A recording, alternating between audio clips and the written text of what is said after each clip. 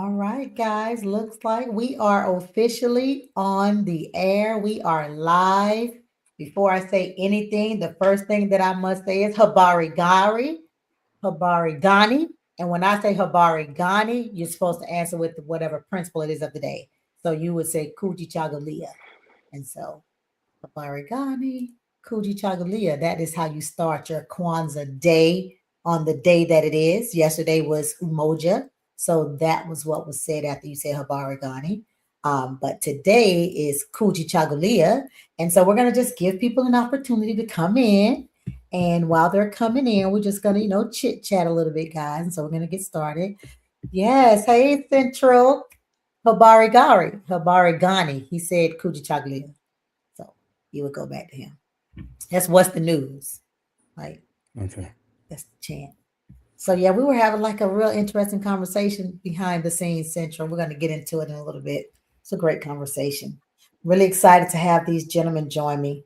I'm going to go on the Facebook page and share it to my personal page and all of that good stuff. And so, yes, invite people in, say hello, tell us where you're from, like, comment, share. Isn't that what they say, Jamal? Like, comment, share. Subscribe. Like, comment, subscribe, all that good stuff. We're streaming live on Black Educators Rock Facebook pages and in the Facebook Yeah. and on the YouTube channel. And I'm going to also stream it to my personal page. And so join us, guys, and have others join us. And again, Habari Gani. Habari Gani. Let me see, can I do this here?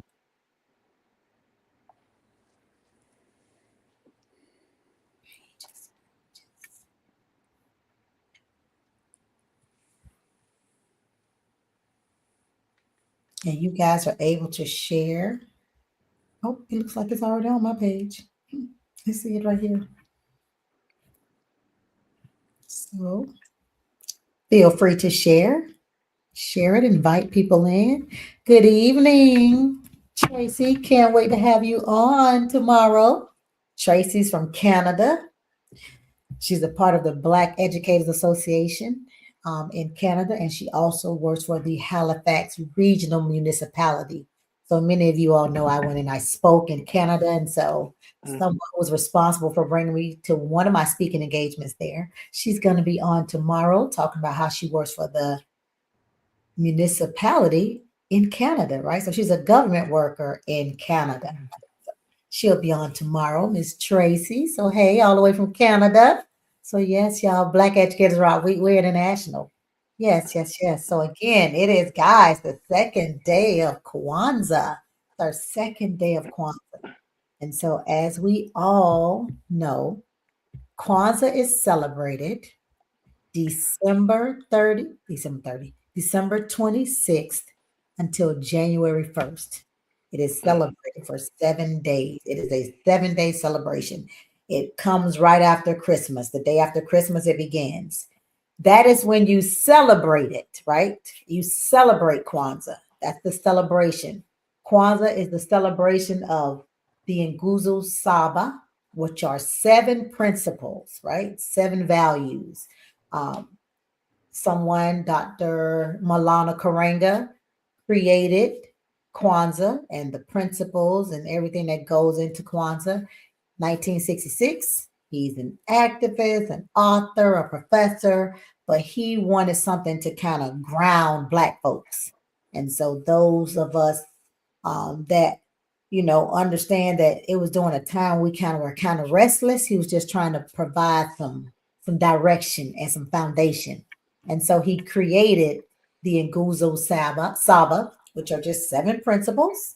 And so again, they start on December 26th, and you start with Umoja, which we celebrated yesterday, the first day of Kwanzaa. And we didn't host our normal virtual streaming like we're doing now because we were Umoja in action. We collaborated with the Melanin Collaborative Group, who puts on the Melanin Markets here in Jacksonville, Florida. So she did an inaugural Kwanzaa celebration in person. And so I had the privilege of speaking at her event. And I also invited two Black Educators Rock sisters of mine Dr. Sheikah Houston and Dr. Tammy Taylor down, and they spoke at this celebration yesterday. We had some babies that came and they stepped and they did some steps to some Kwanzaa tunes, and we had the lighting of the Kanara. We had singing. It was a beautiful affair that we did for Umoja, guys. It was wonderful. And so, we know that again, we start with unity. That is our principal foundation.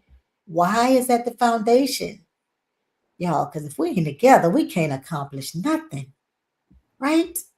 So if we're not together, we cannot accomplish anything. And so that's why we start with Umoja, right? It says, without it, all other principles suffer. It symbolizes the unity of family, community, nation, and race, right? Unity. We're always trying to get to unity, guys. Listen, it's not just simply just being in spaces together. I was telling somebody the other night, we were at a party, Oliver, Jamal. I was at a party last night, believe it or not. After the celebration, I went with Dawn, who puts on the Melon Market. I went with her to this like little party. And so it was a big party. It wasn't a little party, it was a big party. It was a lot of folks, different backgrounds. And so we were at the party and nobody was really like talking to each other. They just all talked to the people they came with. Like there was no interaction. When we grew up, you talked to everybody. We moved rooms, we worked the rooms, you know what I'm saying? Some real unity. Like it's more than just being in a space together, right? It is a harmonious togetherness, right? It is both a principle and practice of togetherness in all things. And so we had that phenomenal experience yesterday. And then that brings us to today, which is principle number 2, Kujichagulia, self-determination. And so yesterday my shirt said it takes a village. And it said hashtag it starts with me. And so that was my shirt for unity, because normally I have the names of the principles, but I try to switch it up some now. Tomorrow I'll try to give them something different. So this shirt tonight says, if you can't make a way, no, if you can't find a way, make a way. If you can't find a way, make a way. So that's self-determination. That's Hustle University. That's my big brother Hotep. He does some speaking and consulting, and he talks a lot about different topics. He used to be a kindergarten teacher, but now he talks about the 10 commandments of a hustler and some other stuff. But it's about entrepreneurism. So this is his shirt, self-determination. And so we're going to be talking to 2 gentlemen tonight about self-determination. Mr. Jamal Reimer and Mr. Oliver Ross. We were supposed to have a third gentleman, but and I want to make sure I give him a shout out. If you saw the flyers going around, his name is actually Kuji Chagulia. His parents named him after tonight's principal, and he's an education advocate, and so he works for an educational program company. But he had a death. His brother passed away, and he and his family were getting together to discuss his brother's passing. And so, Uji Chagalia, right? Our prayers and thoughts are with you. As I said when I texted you, I am praying for continued strength and peace during this most difficult time. May God keep his loving arms wrapped around you and your family. And so, Kuji Chagalia. So tonight we have Oliver and Jamal. And so Oliver Ross is a serial entrepreneur, and Jamal Reimer is a financial analyst, and so financial advisor. So we're going to be having a conversation about self-determination, and we're going to just, have a conversation, because I think, Oliver, when it comes to these principles, Jamal, what happens is people think we just do the little 7-day celebration and that's it. But what we have to understand is that these are principles, these are things, these are values that we should be living every day, right? And so we're going to be talking to people who embody, who live self-determination. And so we're going to start with Oliver. We're starting with age, y'all, over beauty. So me and Oliver, and we're gonna let the young people go last. So Jamal the baby, so we're gonna let him go last. And so I'm going to preface the conversation with Mr. Oliver Ross, and preface it with Oliver and I actually grew up together. We're childhood friends. I'm from Daytona Beach, and so is Oliver. Our baby sisters were best friends. So, it was always going back and forth to people's houses. But Oliver knows Melissa. Very few people know Melissa. Oliver knows Melissa. So you know, Oliver, much like myself, comes from humble beginnings. And so, Oliver, tell the good people just a little bit about who you were, who you are, what you do, etc. Well, like Dr. Chester was saying earlier, my name is Oliver Ross. I'm born and raised in Daytona Beach. I'm a veteran. I went to the military 95 and got out 98.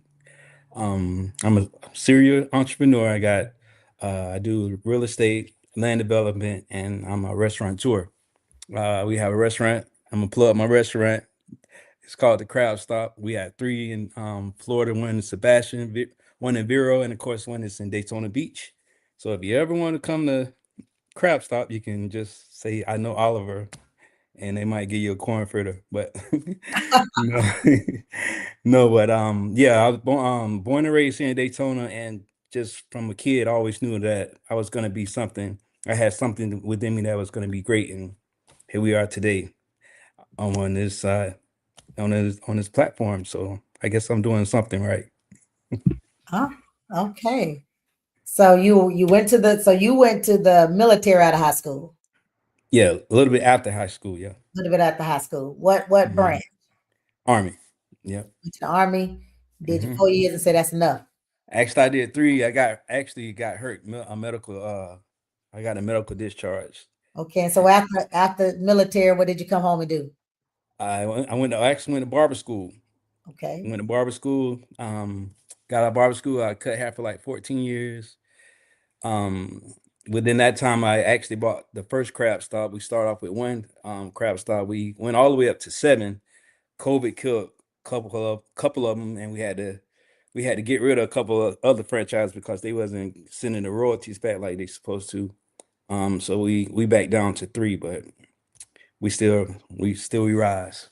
Still moving forward. Okay. Yes. So it was important to get some of that background. Okay. And so, all right. Yeah. Thank you. We're going to come back to it. Right. Jamal, Jamal spinning. there you Yeah, go. uh, Tell the good people about a little bit about you, Jamal. well, no, I don't have as much wisdom as these two other people on the line, but I know my name is Jamal Rama, born and raised in the South Bronx. Yeah, what else? The funny thing is, Dr. Chester and Mr. Oliver's, I don't know if you guys could see now, but I'm blind. But I wasn't always blind. You see, my first goal in life before I got into finance, my first goal was to go into the NFL. So Mm, it was already set in stone. I already had a full scholarship to college. Scouts was mm, looking at me. It was already set in stone. Like I knew I was gonna get in the NFL. I was that good. mhm. And at the age of 17, I woke up one day and I couldn't see out of both eyes. Wow. Mom, she rushed me to the hospital. Doctors did surgery. You know what the doctor said? They said, Jamal, you'll never be able to see again. Wow. At 17. 17 years old. And I just want you to think about it. You got your whole future already set in motion. You know what you want to do. And that's the way you're going to get your family out their situation. And then one day it just gets taken away from you. Mm, wow. Yeah. Yeah. But You didn't realize that we were backstage that Yeah, he was blind. yeah, you messed me up with that, Jamal. You got me on that. I you That's know. it. And he told you, you remember what he said? He said he did what? Plays golf. Yeah, he say he play golf and all. So no, that He got didn't a rest. video. You don't believe me? I could play the video. What you Jamal telling me plays now is golf in just our golf tournament. He did. He yeah, played. He went and took lessons. He plays wow. yeah, golf. yeah, but right now I had to dust myself off, got back up, went to college. Right now I'm studying for my PhD in finance at Pace. I own my own little Mm, financial advisory practice. I had to mm, think about what was my next move in life. correct. And what I thought about was what's the best way I could make money without using my eyes. Mm, And that's why I chose finance because in the game of finance, you just need to use your mind. mm, You know more, you make more. correct. Mm, Yeah. Yeah, impressive. yeah. Jamal, invest some of my money for me. Okay. I don't just talk Kwanzaa, I walk it, baby. Yeah. Yeah, We'll so have to talk after this, Jamal. what you, That's funny. I sure do. And with Oliver, Oliver and I are working on making sure that he builds an apartment complex. A small, no, not apartment. Yeah, apartments. It's apartment complex, yes. Apartment Mhm. complex in Daytona. We're going to Mhm. make sure he gets the funding for that in our hometown. Super proud of him with that. It's going to be called Ross Court. Mhm. So he's motivated me. I got to get something named after me. Be Noland something, something. Yeah. Yeah, impressive young men we're talking to today, right? So I know Jamal blew y'all mind with that. I know y'all wasn't ready for that. Yeah. Yeah, you messed me up, Jamal. Jamal is literally blind, visually impaired. He does not see. Jamal comes to events and conferences. Jamal came to Texas when I hosted my um, conference in Texas in 24, Houston. Jamal came and spoke at my conference. He spoke to the young people and he spoke to the teachers. He did a session, Mm. a community day with the kids first. So he did financial literacy with the little ones. And then he did the big conference and spoke to the educators and the professionals at the conference. Yeah, he traveled to Houston, y'all. This man is like amazing. He'll be in Orlando at our 10th annual rock conference. We'll be doing it Definitely. July 17th through the 20th, the 10th. And we're doing it in Orlando, Oliver, because that's where we started. That Oh, was where the nice. one was. So since it's the 10th, we're gonna take it back to Orlando. And yeah, Jamal is a beast. Jamal, like I didn't like Jamal before my life. All Jamal right. Oliver makes you erase excuses. That's it. You around there talking Awesome. to him, like, man, that man can't see. And that man be in more places than I be at when it and better himself. That's good. Call and check on us. I get a call from my little brother, Chester, what you doing? This guy is something, and he went blind at 17, guys. Not Mm. born blind, went blind at 17. Think about that. Mm. Not making no excuses. That's it. Yeah. Oliver and I, we Mm. grew up, humble, humble. Good. So my mama, look, my mom was 17 when she had me. Dropped out of high school. I'm the oldest. Soul City Mm. Projects. Did the Yeah. projects for a long, long, long time. Hmm. But they call me Dr. Chester in these streets, and I do some stuff, Yeah. right? Coogee Chagalia. We all have our own struggle, our own thing that we have to persevere through. And that perseverance is not just for us, right? The perseverance is not just for us. It's for us, but it's not just for us, right? It's not just for us. Principal Kafele says he looks forward to meeting you, Brother Jamal. That's funny. That's my big brother, Jamal. That's big bro. So I'm big sis, but that's big bro. So I can't wait for you guys to meet. Hmm. You're out in California. You're coming to California, right? Yes, everything booked already, so I'm coming. That's what I'm saying. See, I'm presenting at Knowledge Con. Principal Kafele presenting at Knowledge Con. Jamal coming to Knowledge Con. Knowledge Con in LA, y'all. Hey, Otto, this young man is amazing. He's Yeah. 29 years old. Nice. That's awesome. Yeah, this when I be trying to feel like I want to get weak, and I be feeling like I want to quit. I think Mm-mm. about people like Jamal. I'm like, man, I can't even. I'd be disrespecting Jamal. I'd be disrespecting people like y'all don't know her, but you gave a shout out. Merlina Valentine, Shiro, I call her Shiro, Merlina Shiro Valentine. She's a quad amputee. She was a principal and she got sepsis and went into the hospital and came out with no arms and no legs. Mm. She go to conferences all across the country too. She be dancing. She presents. She's a presenter. She's a speaker, right? Alana Shiro Valentine Jamal. You right making up excuses? If you Mm. don't get yourself together, the self determination, guys, to define oneself to name oneself, to create for ourselves, and to speak for ourselves. This is self-determination collectively, right? Self-determination to define ourselves. Are we allowing what media, all this, what others stereotypes, are we allowing those things to define us and name us, create for us and speak for us? Or are we doing it ourselves? Right? What's coming through our algorithm? For those of us that like the social media a lot.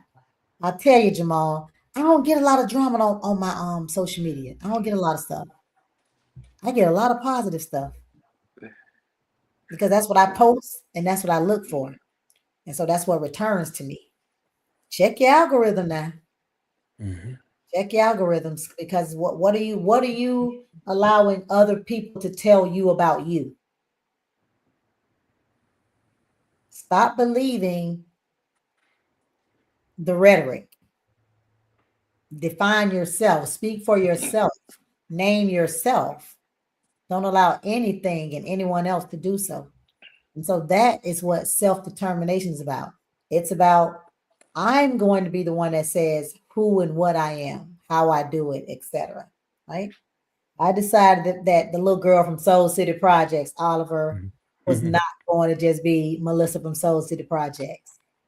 She was going to decide to go off to school and get a degree, or 2 or 3, and open and run a business and teach on a collegiate level, and then run her own national nonprofit, support other major nonprofits, help conferences across the country, put on conferences, in addition to putting on her own, right? Co-authored some books, became a best-selling co-author. And as of 2025, which I will be talking more about tonight, I will be dropping my pre-sale for my book that will be released in 26. So I have a book and a workbook coming out. And guess what it's on? The 7 Principles. Oh, Living the 7, Igniting the Principles in Education and Leadership. That's the book. And then there's going to be an accompanying or standalone workbook or journal, reflection journal or workbook, whichever one you like. And it's called Living the 7, Purposeful Living. And what is it? For purposeful living and leading. So yeah, I'll be showing a little graphics and stuff later. Because we're gonna be checking off all our goals, Jamal. We're not gonna be making excuses. It's a game plan. I'm in the background, all the hard stuff written. I just got some last minute stories I got to add to the book, because I'll be putting in, like all y'all out here in these education streets and leadership streets that inspire me. Your stories will be in my book. And so, of course, Jamal will be under self-determination, and there will be other people that are in the book. Principal Kafele's in there. You all guess what principal he's under. You just guess. You should know, he speaks about it quite often. He's in the book. Principal Ra out of California, who's doing Knowledge Con. Dr. McKesey, who has OSG, is in the book. Some OSGers themselves are in the books, Principal Farrington, I said Principal Ra, who is also an OSG member. So, some educators that are in there. There are some leaders as well. Dawn Curling with the Melanin Market. She's in the book. She's doing some phenomenal things here for small Black businesses. We have some others in the book. We mentioned other businesses for cooperative economics. We're going to be talking about that collective work and responsibility. Mr. Ross is coming in on that part, hiring others, making sure that you're providing jobs.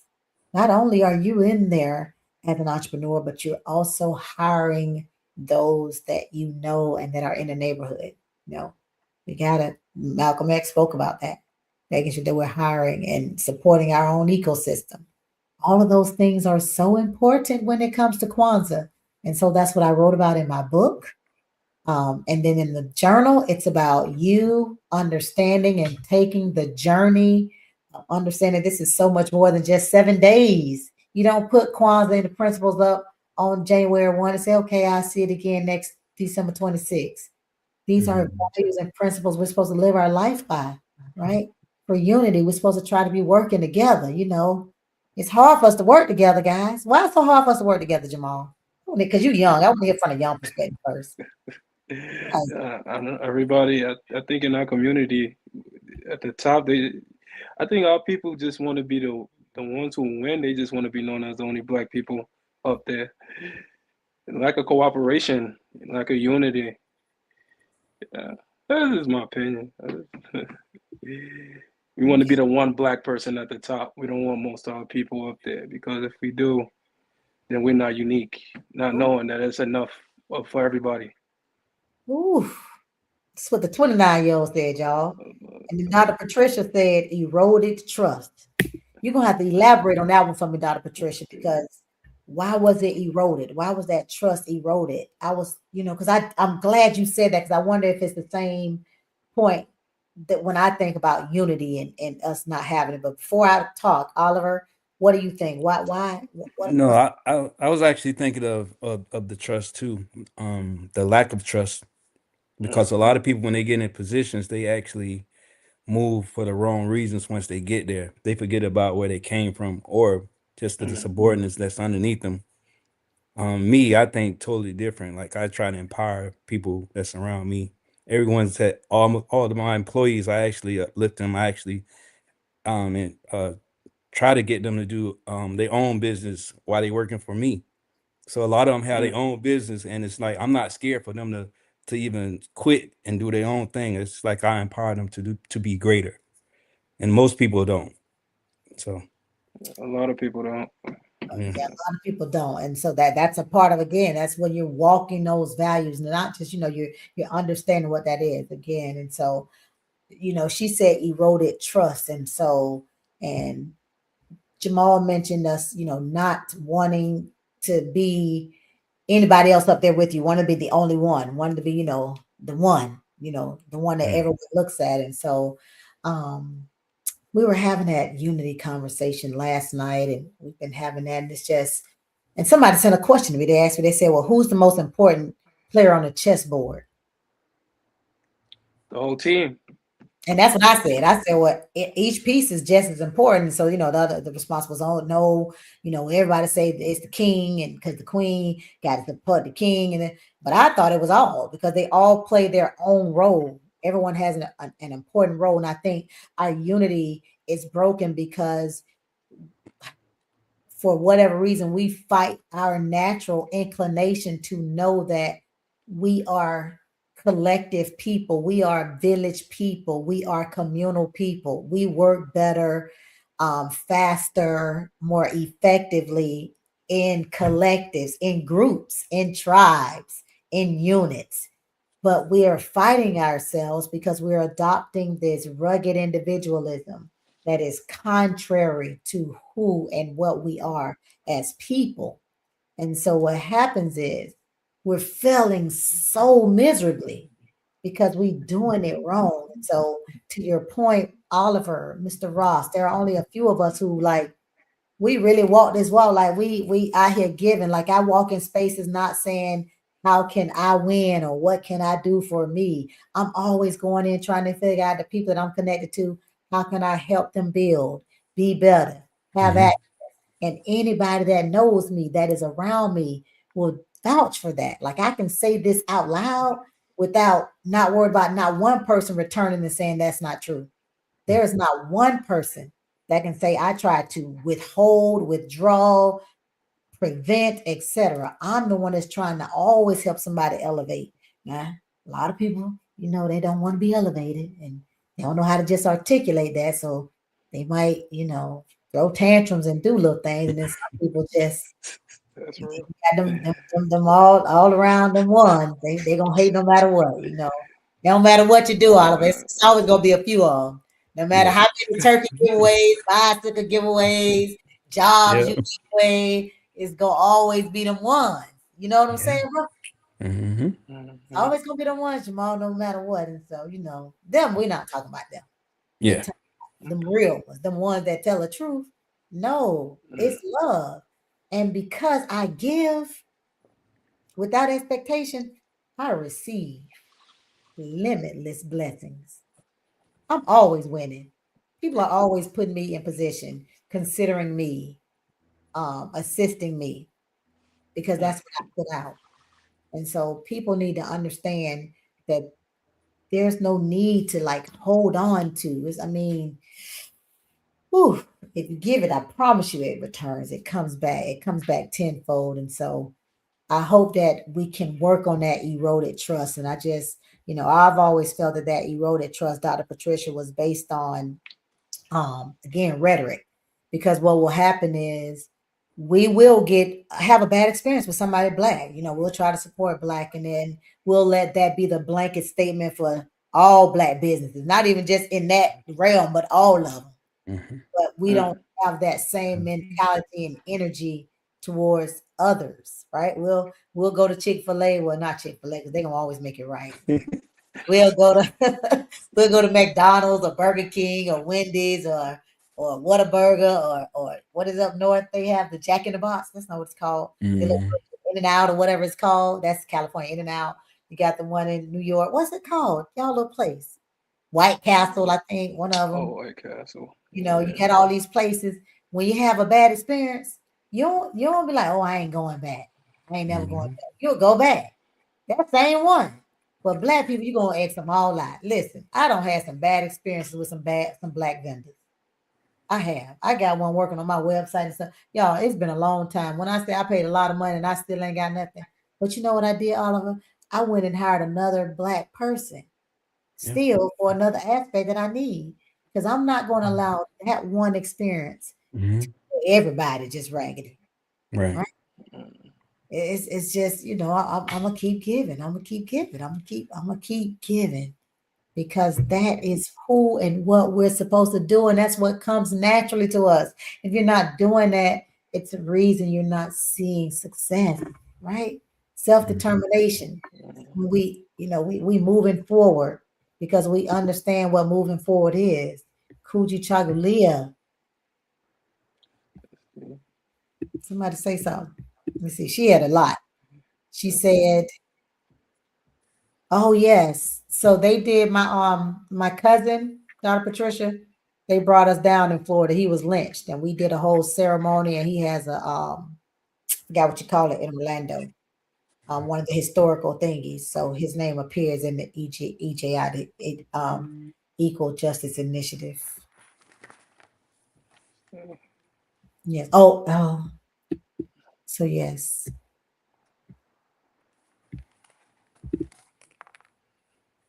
Says some of us made it to the top in certain spaces and can't bring in others. Once they make it to the top, there's no space for others that look like us, and they won't speak up to create the space.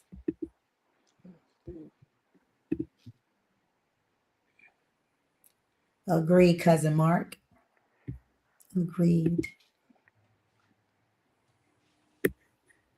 So these are some of the reasons.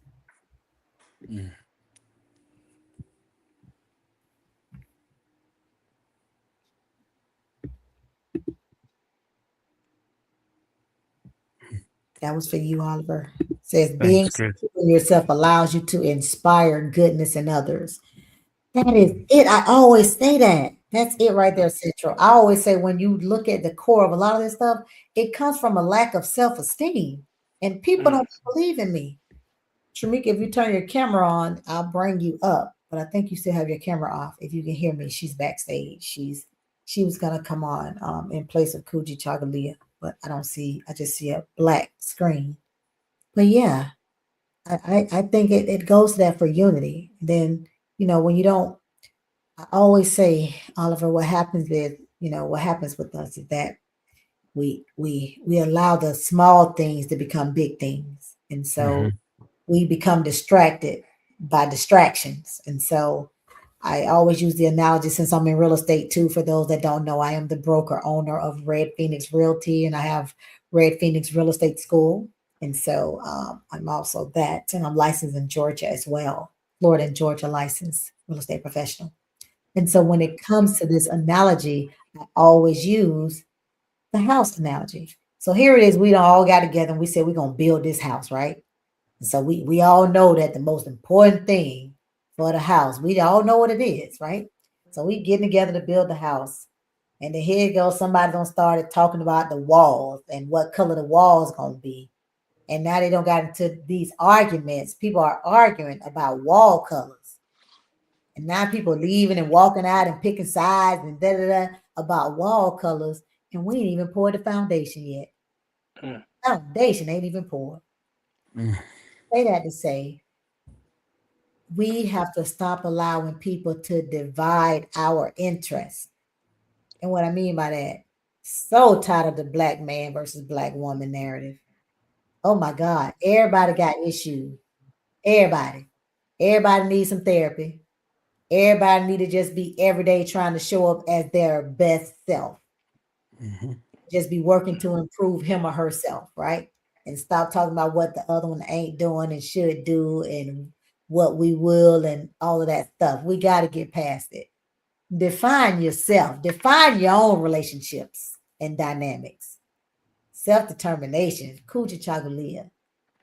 And then, when it comes to someone's sexuality, that's their business. That's you. That's all you. That ain't my business. That ain't got nothing to do with me, right? That's your choice. I can't tell you what you should be able to do and how you should live it, etc. Right? So when I'm a black woman or I'm a black lesbian or I'm black first. Those other subdivisions, they don't really matter. You got to first look at the first one. So, when it comes to feminism for a black woman, I don't know, some of that stuff is contrary to who you are as a black woman. If you have never ever looked it up, look up Africana womanism. Look it up. Phenomenal research. Talks about collectivism and individuality. And it shows that, more Eurocentric, United States high, 91 out of 100. Yeah, like Nigeria, other areas are like in the 20s. The higher you are, the more individual you are. So we fall on more, those of us that have those African roots fall more on the collective side. In United States and other European, Germany, they fall more on the individual side. But we keep just trying to be individual. We just keep trying and we're not understanding it, right? Gotta understand those delineations, those distractions. Hopefully that wasn't too deep for y'all, but that's part of self-determination. Defining yourself, naming oneself. Trimika, your camera not on. Okay, I'm gonna have to put you back in the thingy. Unless you turn your camera on. Okay.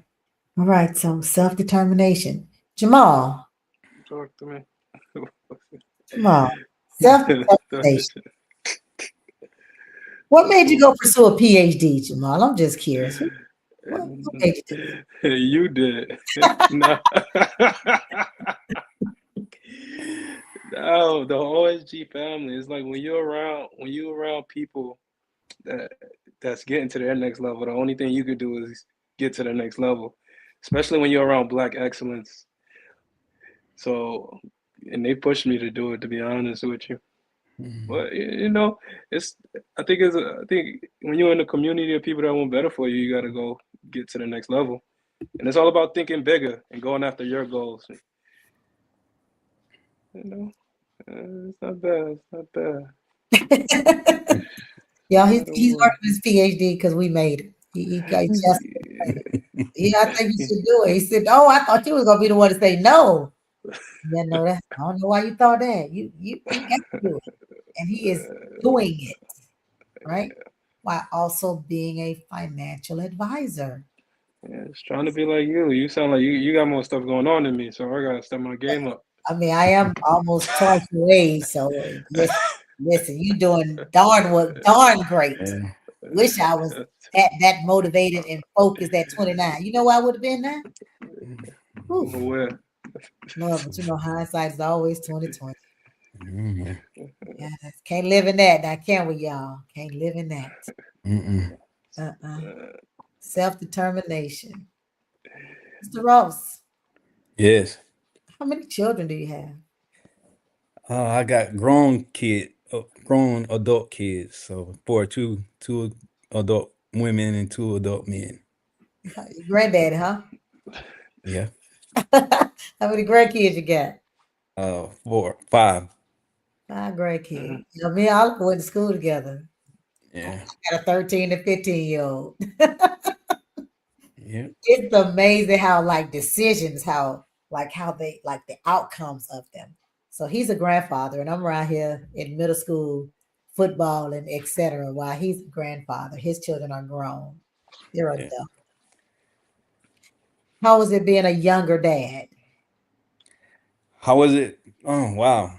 Well, actually, in retrospect, at the when I look back on it, um, I thought it was hard, but it actually helped me develop to be a man faster, and it gave me because I was a good father.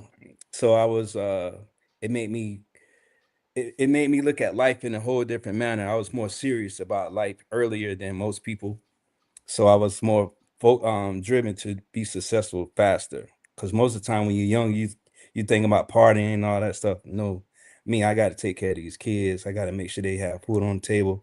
I got to make sure they have private schools and all that stuff. So it was actually good. And now I don't have any kids, so I can just live my life.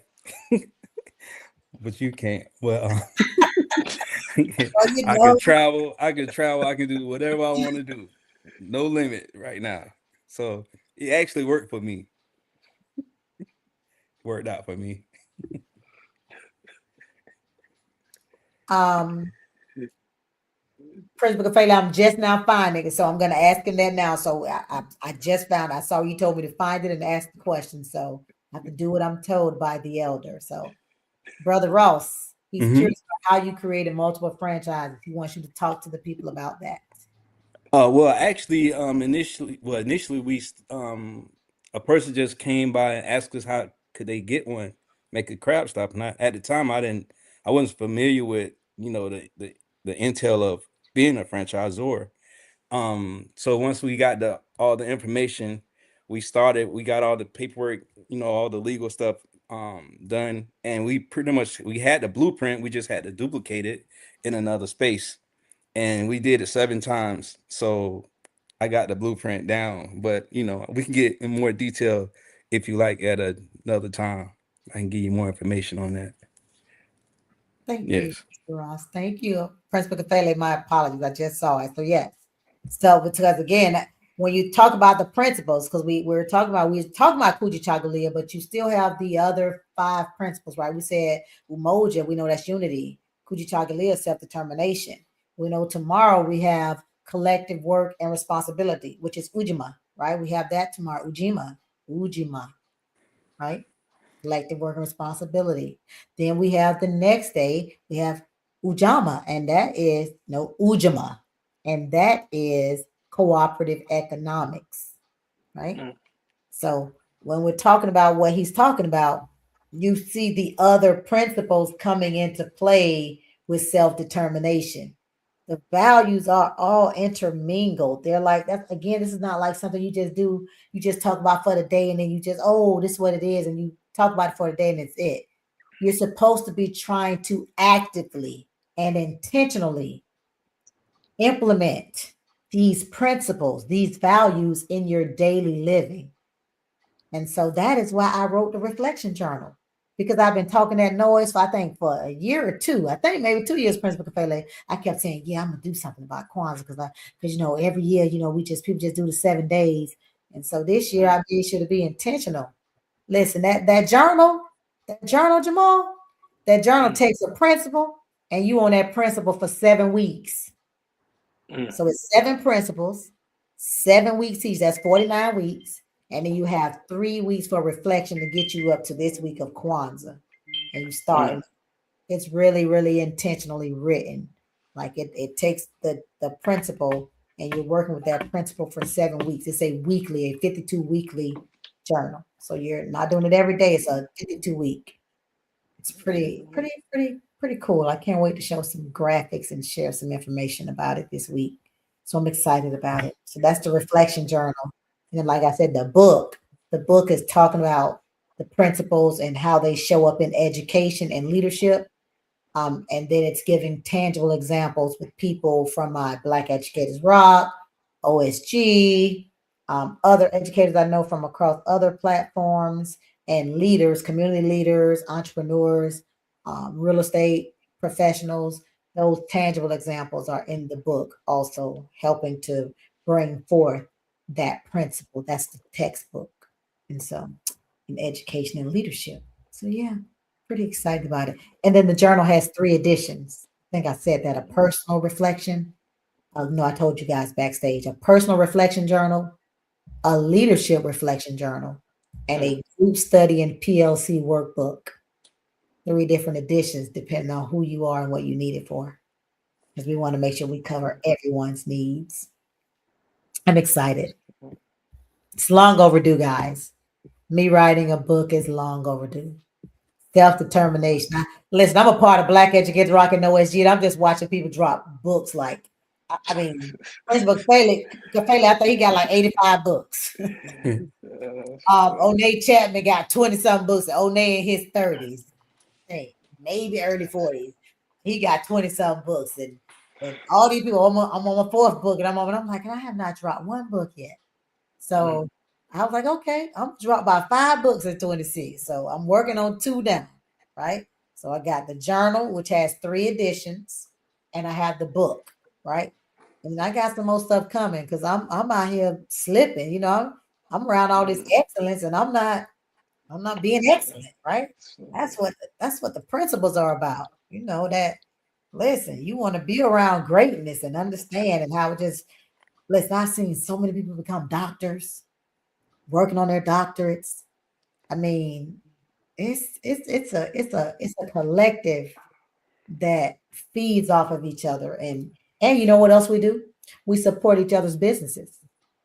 Cooperative economics, collective work and responsibility. Y'all, we got to start living these principles, living them. We got to live the principles, Lord. We got to start living them. Listen, self-determination is about you defining who you are and what your experience is, what you look like, right? And it's different for each of us. Oliver talked about, being someone who, decided not to go to college, went off to the military, came back, got a trade license, then became his own boss, then became an entrepreneur. He was a young dad. Talking about, hey, still make sure to keep moving forward regardless. Jamal talked about the fact that, he became blind at 17. He had a whole nother vision of life for himself. He saw himself playing in the NFL, and that was taken away in a blink of an eye, like literally, right? Woke up and could not see and was told would never see again, but still has gone on to become a financial advisor. So he has a college degree. He's working on his doctorate. He's a financial advisor again. He plays golf. He attends and presents at conferences all across the country. And he's blind, right? He's not making no excuses, y'all. And so I talked a little bit about me, a little bit about, I am from Soul City Projects, Daytona Beach. My mom had me at 17. She was a high school dropout. I'm the first of 3 girls for my mom. My dad has an older girl and then a baby girl. So he has all girls too. So it's only girls from like mom or dad, but I have stepbrothers because my dad married someone who has 7 children. So I have 7 step sisters and brothers. And and so grew up in Daytona and grew up rough in the projects and had a lot of traumas before I was in my double digits. Molested, 2 near-death experiences. I got hit by a car by a drunk driver, hit and run, and I almost drowned. All these things, and saw somebody die in front of me, all before I was 10, right? But still went on to do some stuff. Had a lot of trauma as a young adult as well, but not making any excuses for any of it. Still moving forward, still accomplishing goals, right? Got 3 degrees. Took me a little minute to get that first one, Jamal. Listen, I went to school on the academic scholarship. A lot of people don't know this about me. I went to FAMU on an academic scholarship because my mama said ain't no such thing as no athletic scholarship. That was a long time ago. It was no WNBA. She was like, you play basketball for it. You can't go nowhere with it. So academic it is. So I went on the Dr. Mary McLeod Bethune scholarship. I left Daytona Beach where Mary McLeod Bethune school is and took my scholarship to FAMU. I was on scholarship, Oliver. I went to FAMU in '91. That's bad. It took me 7 years to get the bachelor's. I don't flunk that because I don't got a 0.75 my sophomore year. They don't put me out of school. It took me 7 years to get a bachelor's. I was so embarrassed. I jumped right back. I did graduate cum laude with my bachelor's. I did because it dropped. And it took me a long time to make it climb back up after that little 0.75 principle of failure. Point, not 1.75. Yeah, it's on my transcript still, y'all. It ain't never going nowhere. All of it's on there. You say 0.75. It's 0.75, y'all.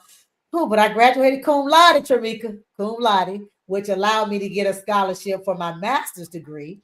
And I had 4.0 in that. And then I went on to get my doctorate at Florida State. And I think I made 2 B's in my doctorate. So I was listening. I had to make up for the flunking out in undergrad. But yeah, but I'm Dr. such and such now. Well, it was a long, long road here, Tramika. And then I bring on this young lady, Tramika. I'm only gonna hold her I want her just to tell her story because there's so many different lenses to self-determination. So Tramika is Bahamian and American. That's right. Did I lose her? Dog it. She's gone, y'all. I don't want to tell her story. She's not here, so I'm not going to tell it. She'll have to come in another time and tell her story. Bad reception. Where she at? I don't know what she at, Oliver. I'm sorry. It wasn't my fault. You thought she was about to get the story. I'm sorry. That's funny. No, he's funny.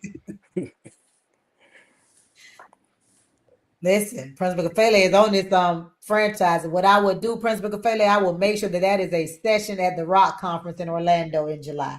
Oliver, you heard me? Because we have we have 3 areas of focus for those that don't know. We have instructional strategies and practices, professional knowledge, instructional strategies and practices like teaching, reading, math, all the curriculum, all that stuff. Professional knowledge, grant writing, classroom management, all that kind of stuff.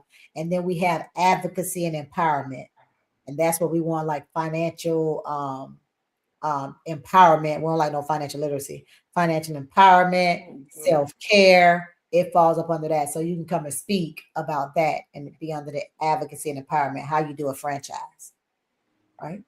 So yeah. Okay. So yeah, we'll make sure that happens. And the dates again are July 17th through the 20th. 17th through the 20th. Okay.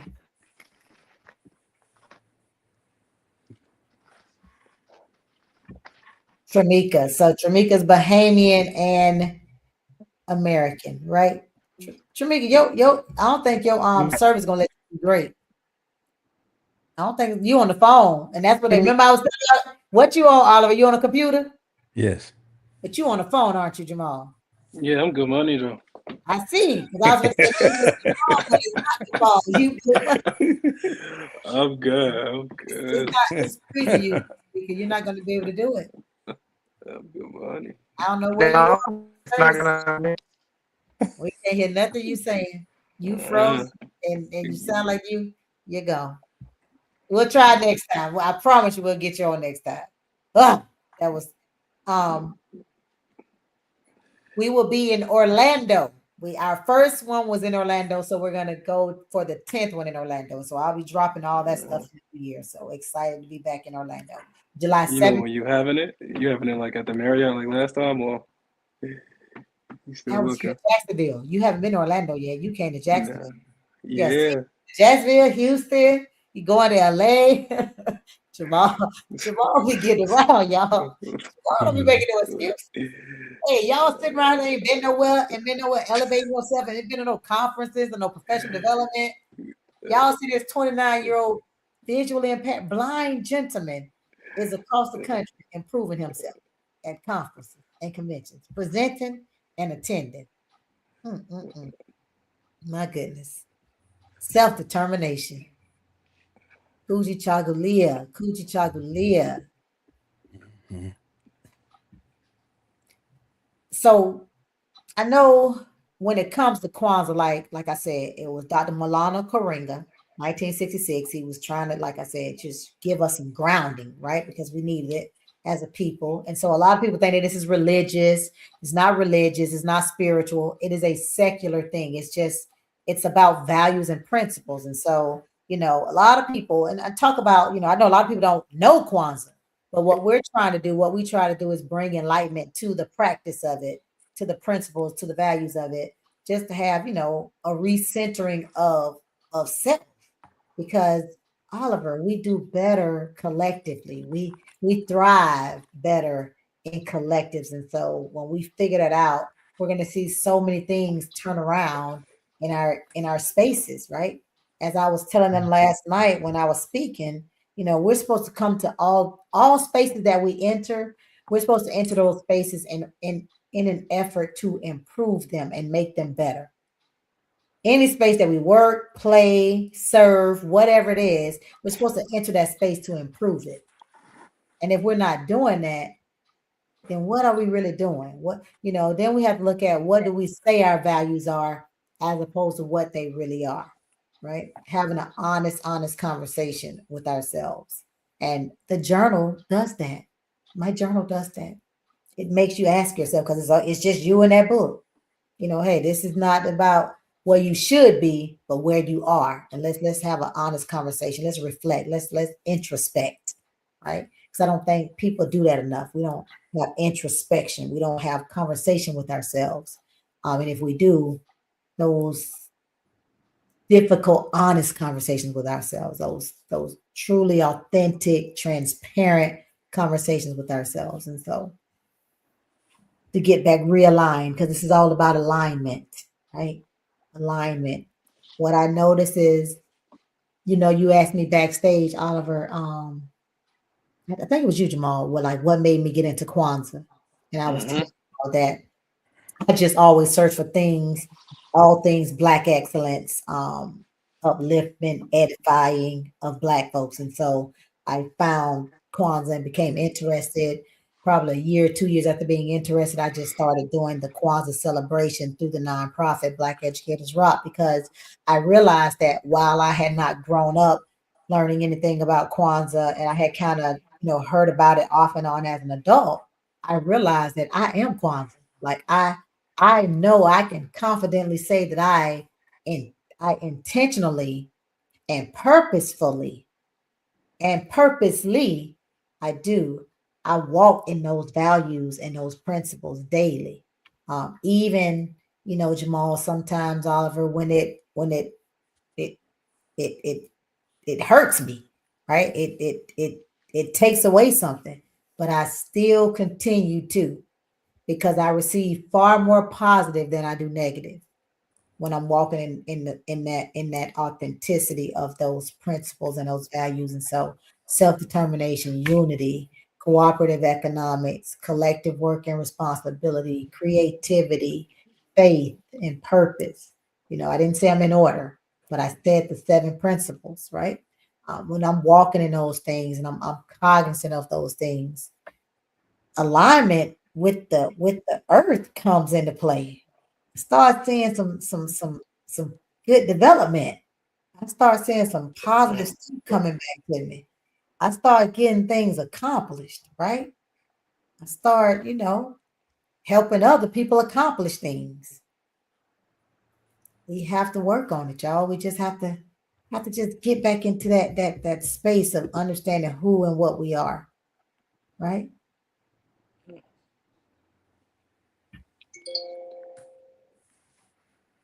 What y'all what y'all think? That's deep. You think it was deep? Yeah, deep. That sounds good. Kwanzaa is deep. Kwanzaa is That's so like deep. when you really like get into it, like I said, you now I ain't gonna lie, I ain't gonna hold you. It do make you heavy, kind of. It be heavy. But we was talking about that in the back. We was talking about that Mm, said, we was talking about it. To whom much is given, much is required. So you can't be expecting to get all these blessings and not think that something gonna be heavy sometimes, because it's true. gonna be heavy. Mm, And I was trying to think. I was Ricky Smiley had somebody, a pastor, was talking about like when you get all them blessings that don't think that blessings ain't gonna come with opposition or something to that effect. It was like, oh, so yeah, it's gonna come. That's part of it, right? mm, But you just got to keep working through it. And so those principles is about working through it. It's about working through it. And so each of us are doing it in our different ways. Tramika was somebody she's Bahamian American, but she has a very different story. She grew up off and on in Bahamas in the United States, South Florida. And so she was going to tell her story. And it's her story to tell. So we'll make sure that we get her on that another time. But yes. What would you like to hear from Oliver, and what motivates you to do what you're doing, Oliver? So Don wants to know what mm. motivates you to do what you're doing? I Um, want you to do me a favor. Would you tell the story about what happened with one of your employees at your place of business? oh, when I got shot. Yeah, Oh, tell the Mm. story. oh, real quick. Well, we caught one of our employees actually stealing. We was missing money every month. The money wasn't coming out right. So we kind of put a sting together, and we actually caught the thief. Um and we fired her. It was at closing, and we fired her. I gave her some choice words because I was upset. Because we always look out for people, give them extra hours, give them extra pay when they need it, loan them money, things of that nature. So I was really upset. We fired her, but she went outside and she called her brothers. Her brothers came, and I went to go talk to them just to, tell them what happened. But she lied to them, saying we beat her up. So Mm. needless to say, they came with their guns drawn, already out, ready to, do some damage. I'm licensed to carry. Plus I got military experience, so you automatically they the enemy. So I shot at them and they shot me twice, and still I rise. I'm still here to talk about it. They actually went to prison for a lot of years. But yeah, that's it in a nutshell. But it did not stop you from hiring. Still, No, same types of people, same right, people, right. opportunities, people that Yeah, had I give a lot of the felon yeah. the people that's coming out of prison. Let me say Mhm. that. I Yes. get them opportunities to get back on their feet. Actually, I have a lot of them come through management. A few of them have been managers at my place, and they have went to other things to do their own thing. And that's pretty much what I do. I try to promote people to be great, and I don't limit people from they greatness. Like you might be you too big to work here. So, and I can identify that. I'm not going to pigeonhole them to say, no, I need you here because you such a good worker. Nah, go do your thing Mm. because it's somebody else going to come through. And it always works out like that. So Right. that's just me. So you told a little bit about. So she wants to know what motivates you to do what you're doing. What motivates me? Well, real quick, I left home when I was 15 years old. That's how I got them kids being grown. um, so leaving home, I was actually homeless a lot of time. I was pillar to post, grandma house, cousin house, just trying to figure it out. Sleepless nights, no nothing to eat a lot of times. But something innately that was in me knew that it was something greater that I was here for. And I guess a lot of us have that inner clock that says that is something that we need to do. And I guess that's why I'm doing what I'm doing, because I look back and I look at how I came up without, the actual support that I needed. So I try to give back to people that has the potential like I had as a youth. And that's kind of my motivation. It's actually worth more than money to me than to it's worth worth more money to me to give to somebody and support them and help them get to the level that they want to be. So that's pretty much why I do what I do. It's not even the money is a bonus, but the actually seeing somebody smile and see somebody get to the level that they destined to be, I love it. Yeah. Thank you. Again, all the principles they complement one another. We're talking about umoja, unity, and kuchichaglia, self determination tonight. We will be talking about the others, but those principles, you know, they they they they're intermingled. They're you don't have one without the other. You need them all. And so, you're hearing those different ones when Jamal and Oliver I've talked. And so I think Tramika now has a little service. She can talk a little bit. Tramika, you want to talk a little bit about who you are? Yeah. Where you're from? Can you hear me? We can. We hear you. Okay, good night. Good night. I'm just sitting listening to all the stories and stories, testimonies, whatever you want to call them, and I realize that I am in the space of people that walk in much wisdom and that have like minds. I mean, I sat in a meeting yesterday listening about Kwanzaa, and I realized that that is who I am. That's who I've always been. I don't even have to make it up. I don't have to try to do too much research. It's just who I've always been. Like she said, that I lived in the Bahamas for 34 years. I was actually born in Miami, but I ended up moving to the Bahamas. My mother's a Bahamian. I lived there. I worked at the Atlantis, the big resort, for 21 years. Sold timeshare. So I made Atlantis millions of dollars in ownership, timeshare. And then life took a dip for me after being married for 20 years. I got Oh, divorced oh wait. and realized that I had to make Hold on. They didn't hear you. It went out. You say after being married for 23 years. I got a divorce, and I realized that I needed life to shift for me. Right, I walked out of the marriage being the good person. I didn't ask for anything. We have four beautiful sons. I actually have a 31-year-old, so I'm in the class with you.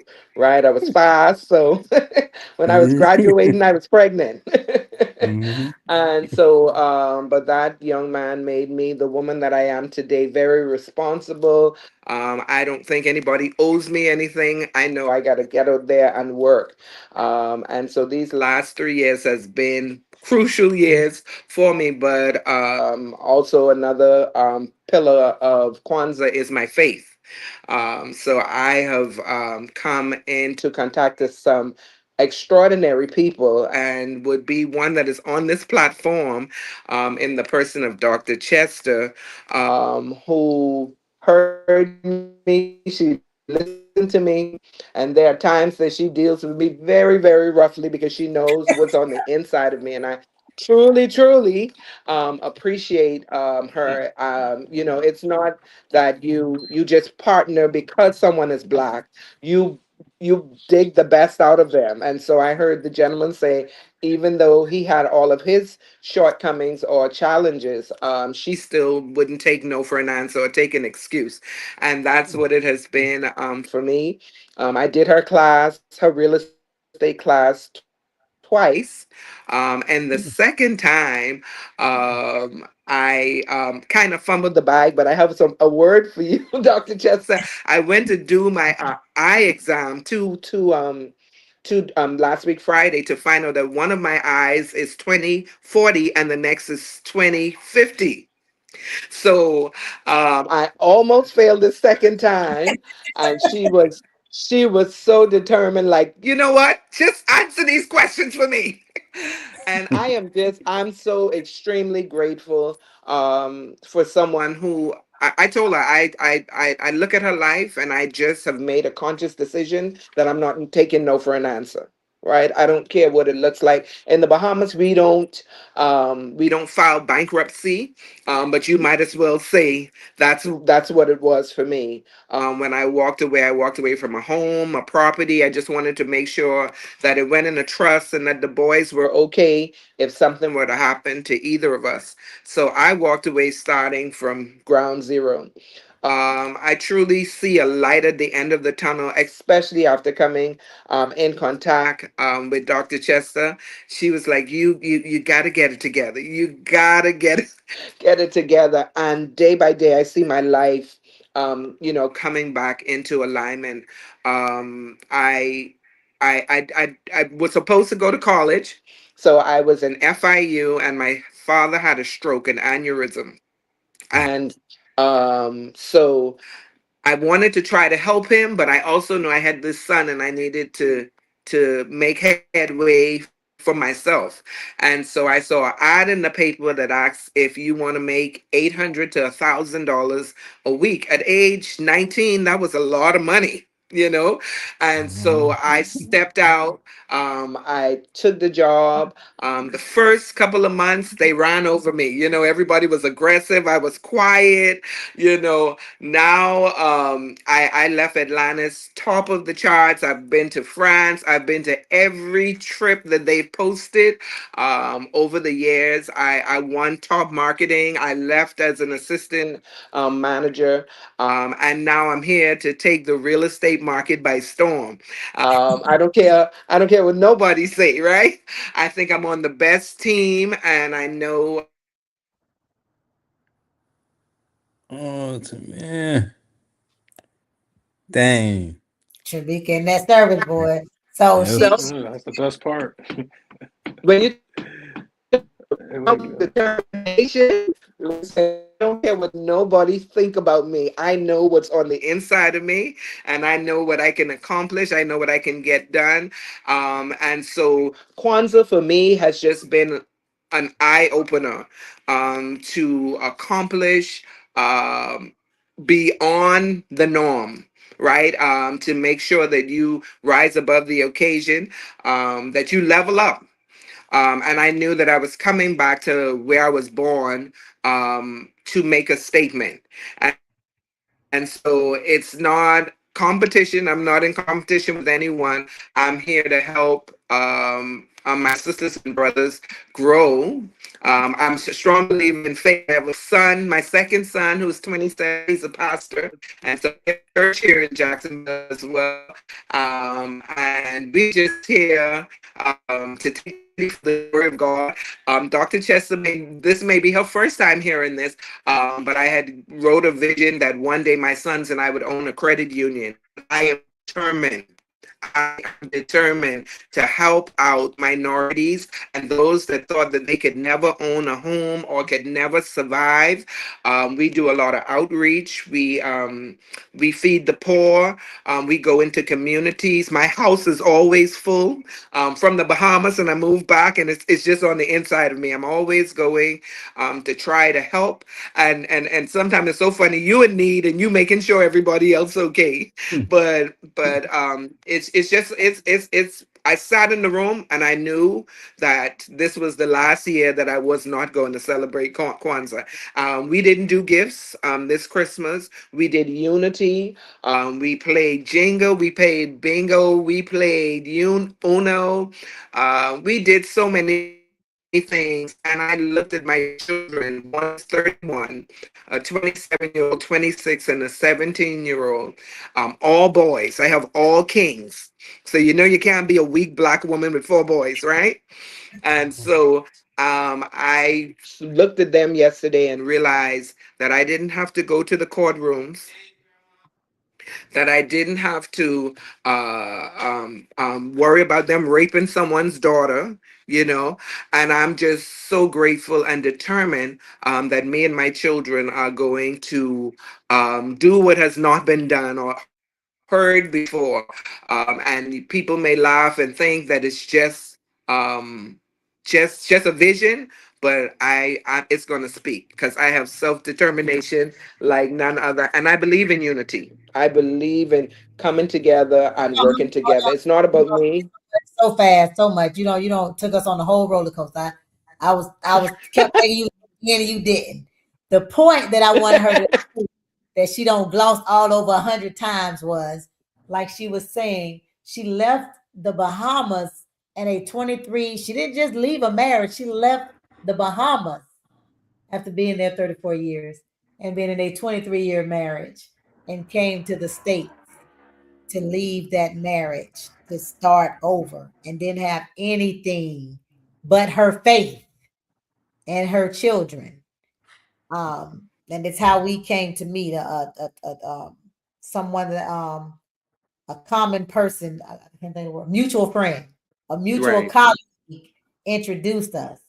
And so I was able to help her do some stuff and help her and her youngest son. And so she's been clawing her way back up from being in a marriage, working full time, but using her money to take care of the family, to leaving that job and leaving that stability, leaving where she said she was and coming here and starting over.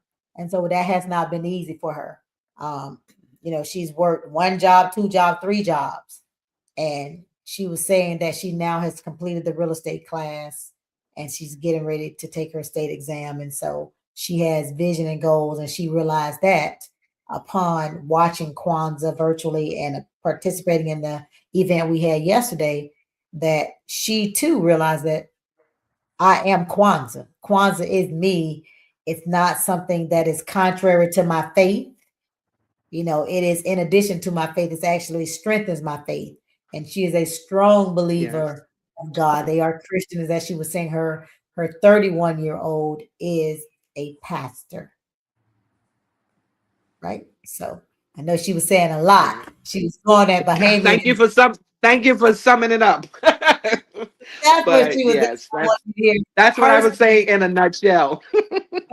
her story of Kuji Chagulia, her story of self-determination. So it looks different in all of us. And I think, social media and comparison contrast syndrome that everybody has, like people like your struggle, what you're coming through, what you're persevering, who you're becoming, what you want to do, that is yours.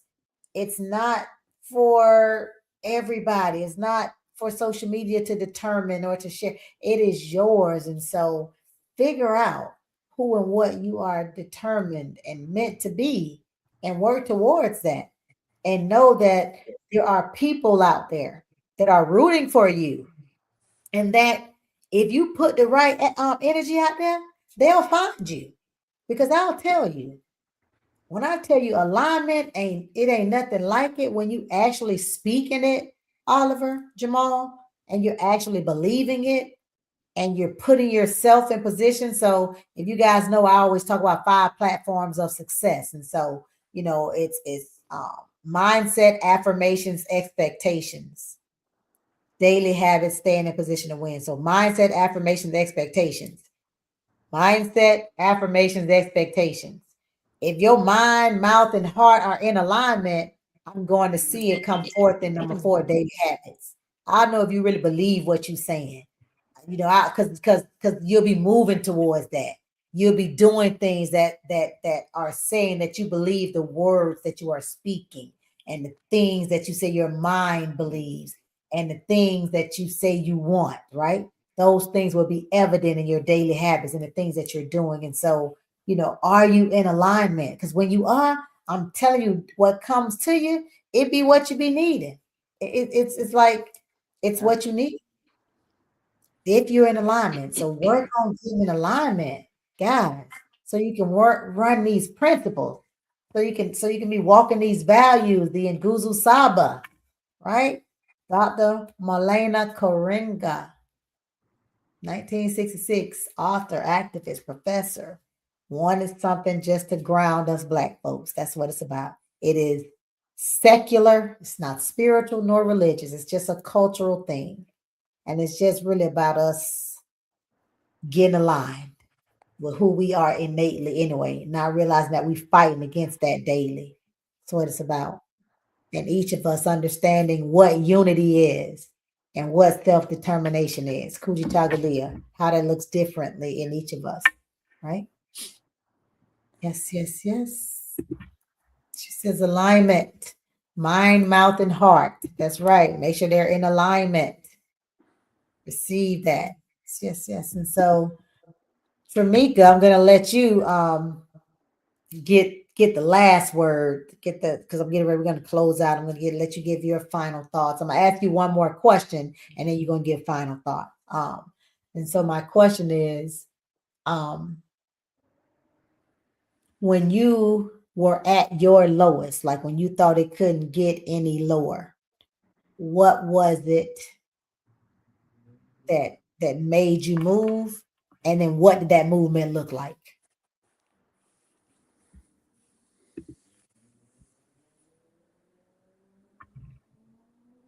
Worse only could be up from here.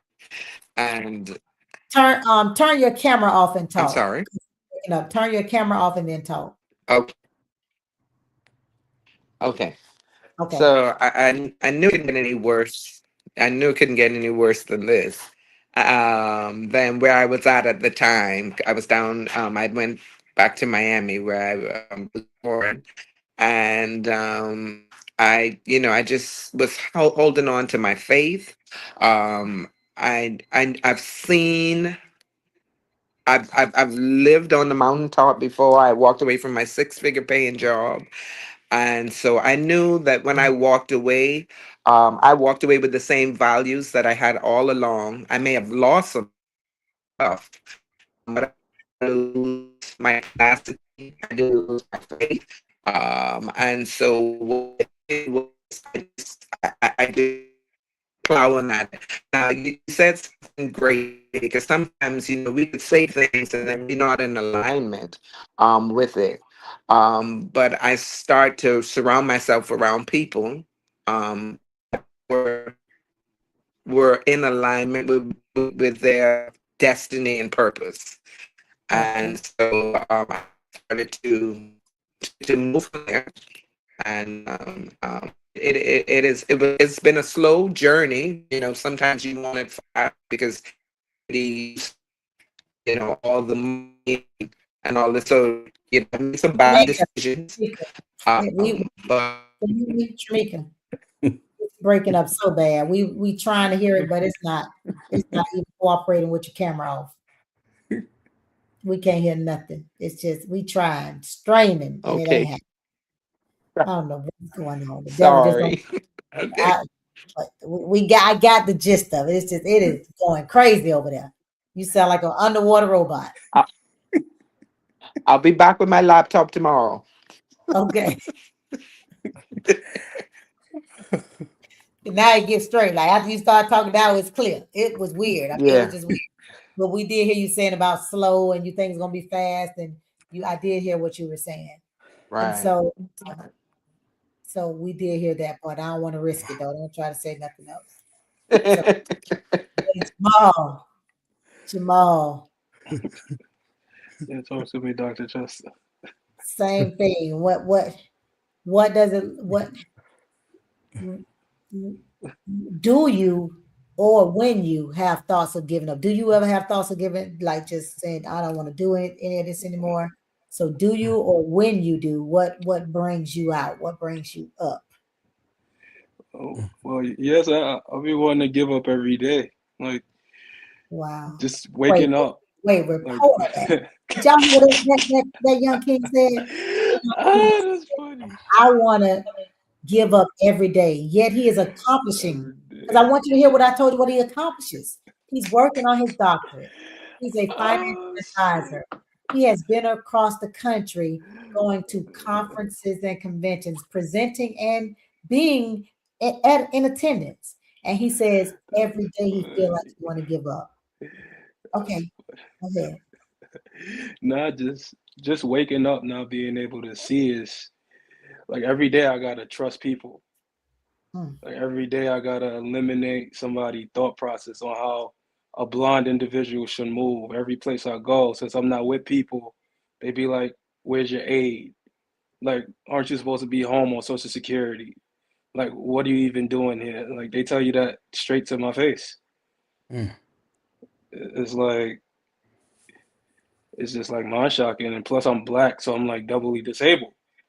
So it's like the first disability is black, the second disability is not being able to see.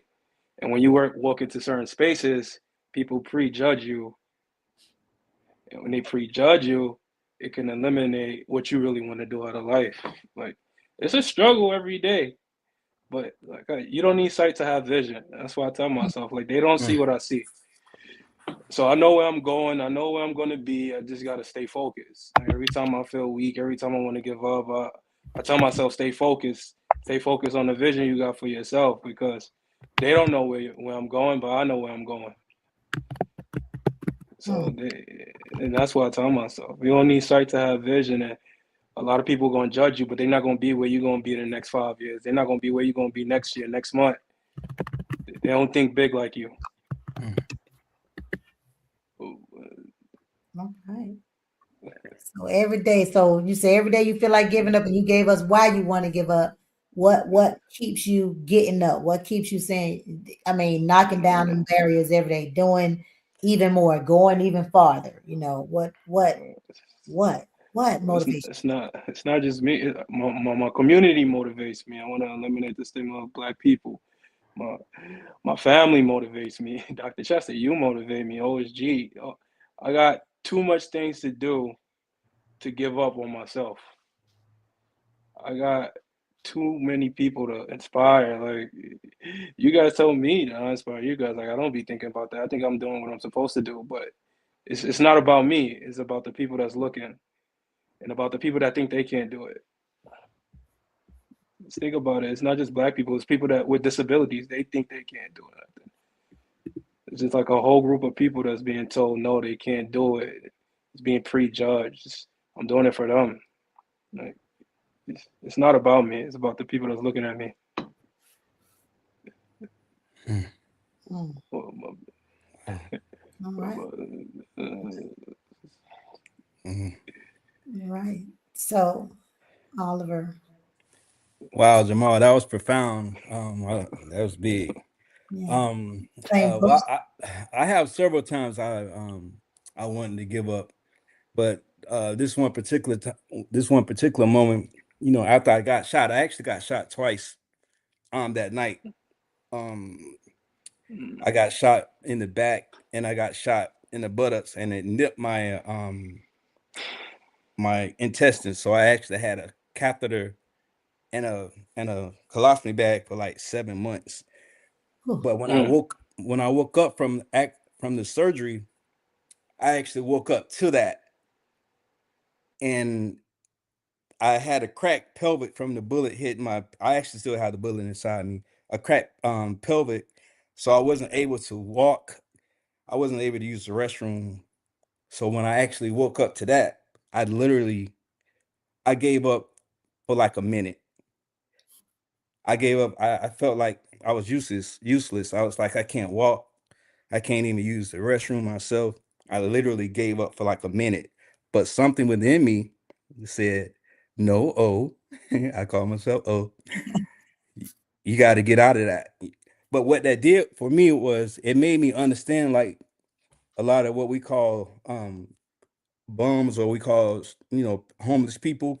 Mm, It made me get an insight on how they didn't have the strength to say, they didn't mm, have the strength that I did to be able to come back and motivate myself to get back right. A lot of them just lost.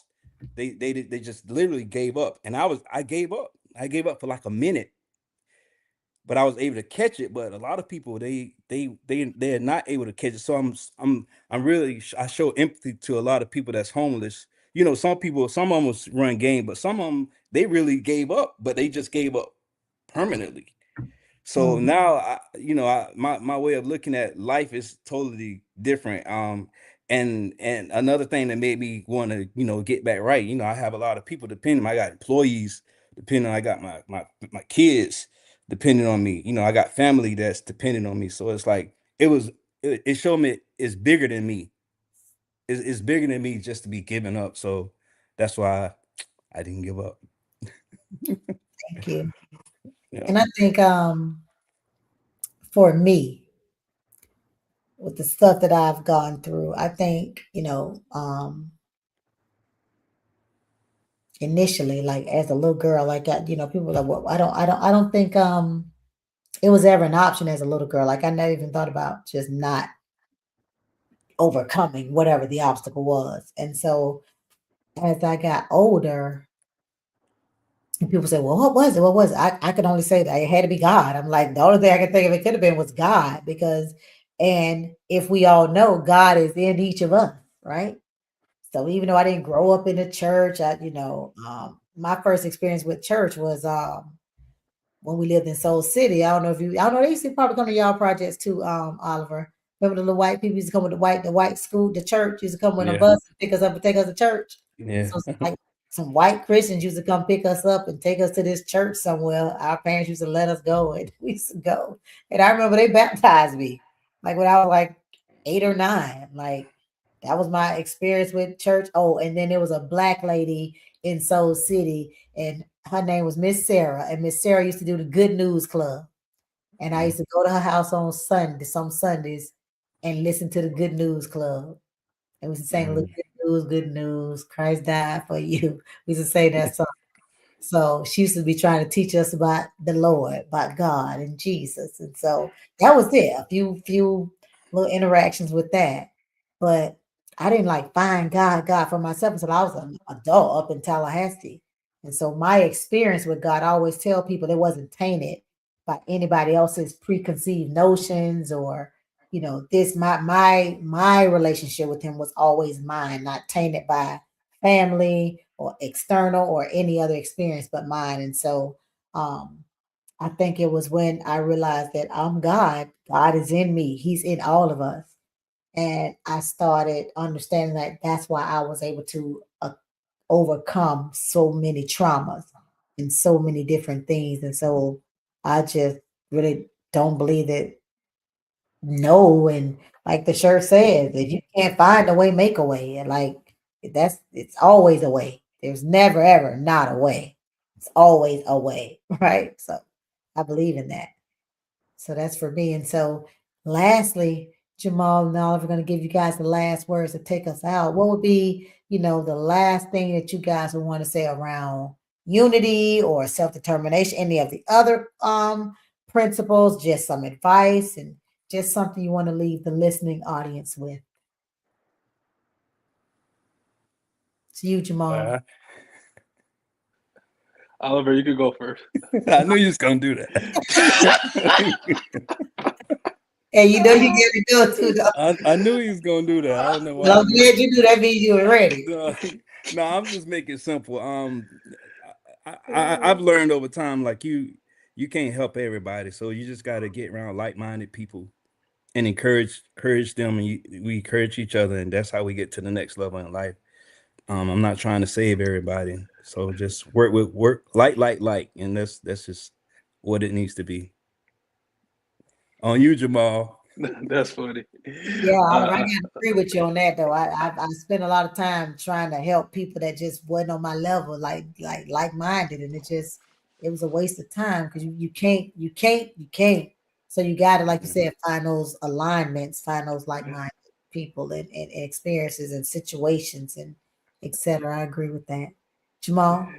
I said it already. You don't need sight to have vision. A lot of people gonna have a vision for you, but you keep your vision and you keep pushing towards what you want to accomplish in life. You be self-determined and make it happen. That's right. Make it happen. Self-determined to make it happen. And so nothing like self-determination and unity, guys. And we'll be talking about Tomorrow we have Ujima, which is the third principle. It is collective work and responsibility. And so we'll have some new guests and we'll have the conversation. And so thank you, Oliver and Jamal and Tramika, even though you're in the background. Thank you guys for joining me tonight to talk about self-determination. And we will see you guys tomorrow. Habari Khan. I'm already on. Barry Gummy, But let's do it. Oh God.